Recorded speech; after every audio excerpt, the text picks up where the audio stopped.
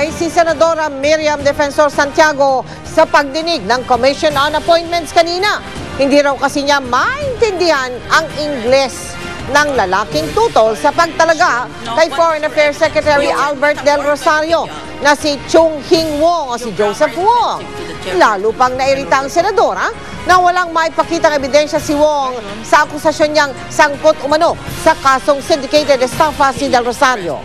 Sa puntong ito, pinalabas na ni Santiago si Wong. Kasi binabastos mo kami dito Papanta ka dito, hindi mo maliwanag kung anong kasalanan ng tao. Lahat kami naka-Amerikana at handang-handa na magtrabaho. Please, get this oppositor out of the premises. May I say one word? No. Sa huli na kumpirma rin ang appointment ni Del Rosario, gayon din ni Agrarian Reform Secretary Virgilio de los Reyes at ilang ambassador. Hawak na mga otoridad ang isang bagong testigo sa aksidente kung saan namatay si UP Professor Chit Estela Simbulan.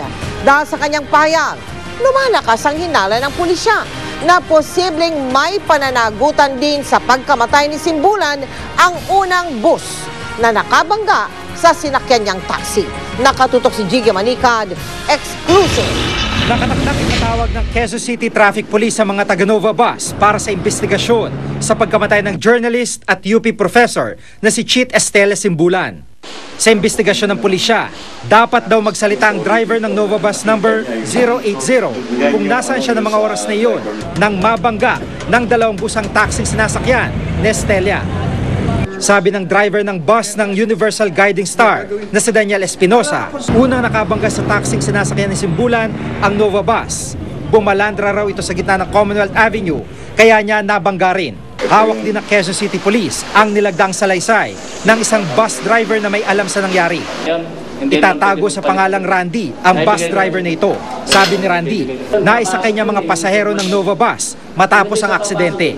Bumiyahe pa yun bumiyahe pa ng Baclaran. Kasi kami sukat, alabang kami, tapos siya Baclaran. Pagbalik namin, kasabay din namin siya. Tapos sinabihan ko yung driver, pare, wag kang tumuloy. Inaabangan ka sa Pilkawa, yung pabiro lang siya ba? Kasi nga yung nangyari, sabi ng driver, wala yun. Hindi ko naman kasalanan yun, ganun-ganun lang. Tawa-tawa lang.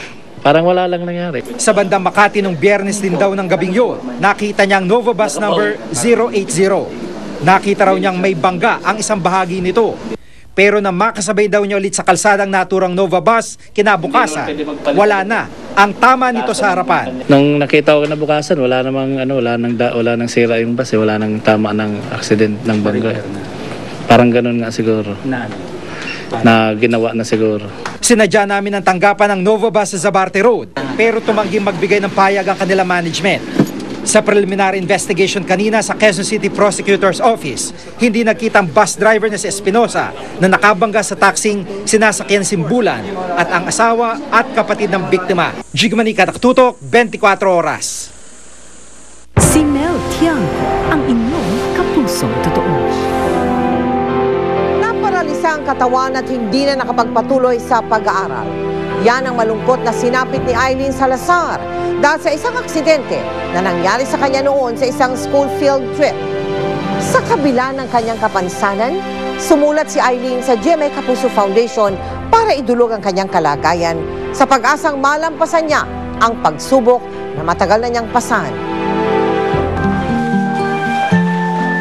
Taliwas sa kanyang itsura, si Eileen Salazar ay 33 taong gulang na, bukod sa maliit at hirap sa paglalakad.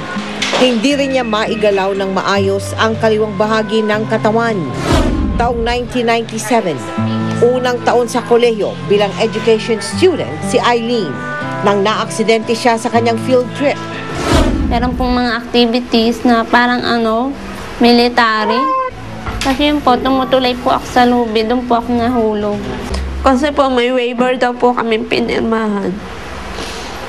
Kaya po wala daw po silang matutulong sa akin. Wala daw po akong laban. At talaga nga namang walang kalaban-laban ng bata. Naparalisa si Eileen.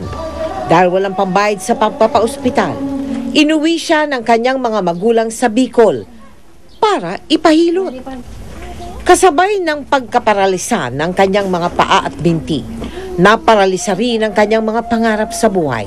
Kung hindi po nangyari sa akin to, syempre nakatapos na rin siguro ako ng pag-aaral. Tsaka guru, teacher na rin ako. Pero para kay Eileen, hindi siya maaaring sumuko, lalo pat ang kanyang ina ay na-stroke at naparalisa rin. Kahit masakit ang kanyang lieg at likod, gumagawa at nagbebenta siya ng pastillas. Dito, kumikita siya ng 50 pesos kada linggo. Sumulat din siya sa iba't ibang foundations para humingi ng tulong. Sa tulong ng GMA Kapuso Foundation at magagaling na doktor, may pasuri ang kalagayan ni Eileen. Nagkameron ng normality or na-fracture itong portion na to. At dahil na-fracture ito, yung tip nito ay talagang kailangan niya ng surgery. Kasi kawawa naman lalo siya. Baka at least ngayon nakakalakad siya, nakakaihi, nakakadugo.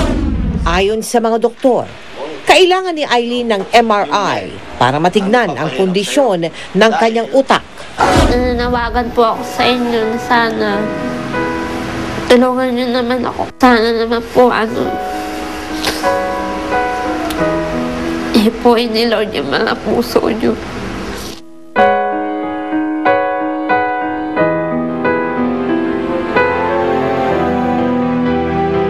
Nangangailangan po si Eileen Salazar ng mga laboratory workup tulad ng MRI para matiyak ng mga doktor na kakayanin niya ang isang posibleng operasyon. Nagpapasalamat na po kami kay Dr. Mario Ver at sa kanyang mga kasamahan, kina Dr. Willow Toledo at Dr. Yelen Saligumba na sumuri kay Eileen. Para po sa inyong donations, maaari po kayo makapag-ugnayan sa aming tanggapan o magdeposito sa aming mga bank account. Maaari po kayong mag-log on sa www.kapusofoundation.com. Susunod, bakit kaya umuusok ang kabuti na yan sa Ilocos Norte?